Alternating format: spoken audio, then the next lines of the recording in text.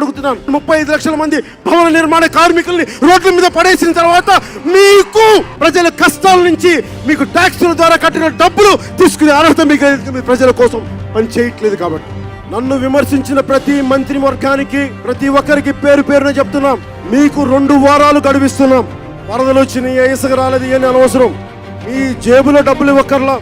భవన నిర్మాణ కార్మికులకు సంబంధించిన వెల్ఫేర్ ఫండ్ ద్వారా 1200 కోట్ల రూపాయలు వాళ్ళ ఖజానాలో ఉంది, వాళ్ళు జమ చేస్తున్నారు. ఒక్కొక్క భవన నిర్మాణ కార్మికుడికి మీరు 50,000 ఇవ్వండి. మీరు చేసిన తప్పుకి 50,000 ఇచ్చి తీరాలి. మీరు చనిపోయిన 36 మందికి మీరు 5 లక్షల ఎక్స్‌గ్రేషియా ప్రకటించండి.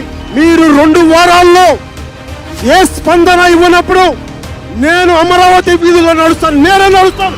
ఎవరు ఆపినా సరే పోలీసులు పెట్టుకోమని చెప్పండి, ఆర్మీని పిలిపించుకోమని చెప్పండి.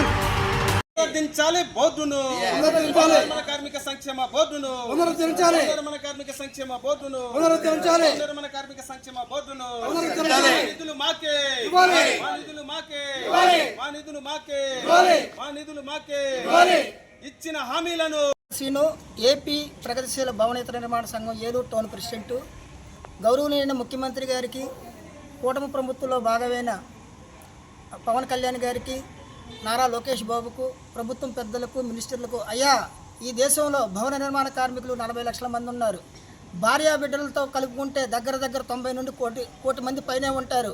మరి గత ప్రభుత్వం వచ్చిన తర్వాత వైసీపీ ప్రభుత్వంలో భవన నిర్మాణ కార్మికుడికి ఒక్క రూపాయి లేకుండా, సాయం చేయకుండా, చెత్త పేరుతో లక్షలు వసూలు చేస్తూ మాకు కార్మికులకు ఇవ్వాల్సిన డబ్బు ఇవ్వకుండా చేసినందుకు ప్రభుత్వం ఎంత ఘోర వైఫల్యం చెందిందో అది అందరికీ తెలిసిందే.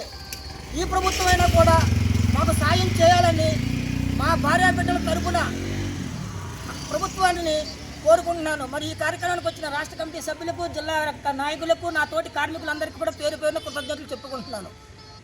ఈరోజు ఏలూరు లేబర్ కార్యాలయం ముందు ప్రగతిశీల భవన ఇతర నిర్మాణ కార్మిక సంఘం జిల్లా కమిటీ ఆధ్వర్యంలో ధర్నా నిర్వహించి ఏసీఎల్ గారికి మెమోరాండం ఇచ్చాం.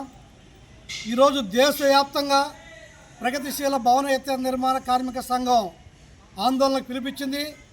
దేశంలో ఉన్న అన్ని రాష్ట్రాల్లో అన్ని లేబర్ కార్యాలయాల ముందు నిరసన కార్యక్రమాలు చేపట్టాలని చెప్పి పిలుపునిచ్చింది. అన్ని రాష్ట్రాల్లో భవన నిర్మాణ సంక్షేమ బోర్డు పథకాలు అమలు జరుగుతున్నాయి. వాటిని పెంచాలని చెప్పి అక్కడ ఆందోళన చేస్తుంటే, మన ఆంధ్రప్రదేశ్ రాష్ట్రంలో మాత్రం గత 7 సంవత్సరాలుగా నిర్మాణ సంక్షేమ బోర్డు కార్యకలాపాలు నిలిచిపోయినాయి. సంక్షేమ పథకాలు కార్మికులకు ఇవ్వటం లేదు. ఒక పక్క ఈ సంక్షేమ పథకాల నిధులు లేబర్ డిపార్ట్మెంట్కి, గవర్నమెంట్కి వస్తున్నాయి, సంక్షేమ బోర్డుకి వస్తున్నాయి. ప్రతి భవన నిర్మాణానికి, ప్రతి ప్రాజెక్టుకి 1% సెస్ తప్పున ఈ సంక్షేమ బోర్డుకి జమ అవుతున్నాయి. కానీ గత 7 సంవత్సరాలుగా ఈ జమ అయిన డబ్బుని వేరే పథకాలకు వినియోగిస్తూ భవన నిర్మాణ కార్మికులకి సంక్షేమ పథకాలకు అమలు చేయటం లేదు.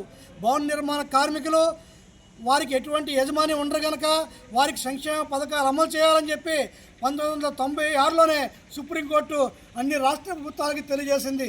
దాని ప్రకారం 2008 నుంచే మన ఏలూరు జిల్లాలో అమలవుతుంది. కానీ అది ఆఫ్ చేయడం వల్ల ఈరోజు నిర్మాణ కార్మికుడు ప్రమాదం జరిగి మరణించినా, సహజ మరణం పొందినా, కూతురు డెలివరీ అయినా, ప్రమాదం జరిగే కాళ్ళు చెయ్యి ఇరిగిపోయినా, ఎటువంటి అంగవైకల్యం జరిగినా నష్టపరిహారం లేదు.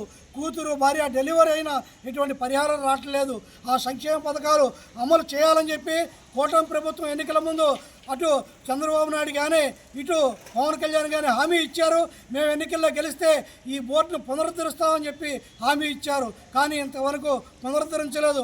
వెంటనే పునరుద్ధరించి సంక్షేమ పథకాలు భవన నిర్మాణ కార్మికులైన టాపీ పనివారులు, పెయింటర్లు, ఎలక్ట్రీషియన్లు, కార్పెంటర్లు, రాడ్ బిల్డర్స్ మొత్తం అనేక 33 రకాల కార్మికులు ఎవరైతే ఉన్నారో వారికి సంక్షేమ పథకాలు వెంటనే అమలు చేయాలని చెప్పి మా ఐఎఫ్టీగా డిమాండ్ చేస్తున్నాం.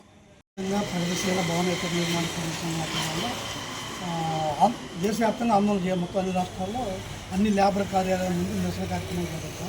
దాంట్లో భాగంగా ఈరోజు మన ఏలూరు మీకు వింతపత్రం ఇస్తున్నాం. ప్రధాన కారణం ఏంటంటే, మన రాష్ట్రంలో సంబంధించి గత 7 సంవత్సరాలుగా భవన నిర్మాణ సంక్షేమ పథకాలు నిలిపివేశారు.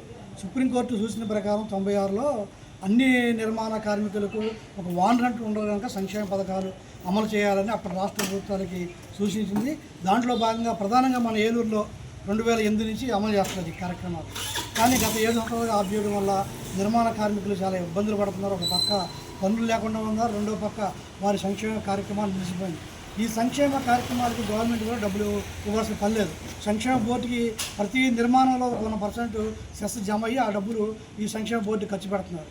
కానీ ఈ ప్రభుత్వాలు ఏం చేస్తున్నాయంటే ఆ సంక్షేమ బోర్డుకి వచ్చే నిధుల్ని పక్కదారి పట్టించి వేరే పథకాలకు మళ్లిస్తూ నిర్మాణ కార్మికులకు అన్యాయం చేస్తున్నారు.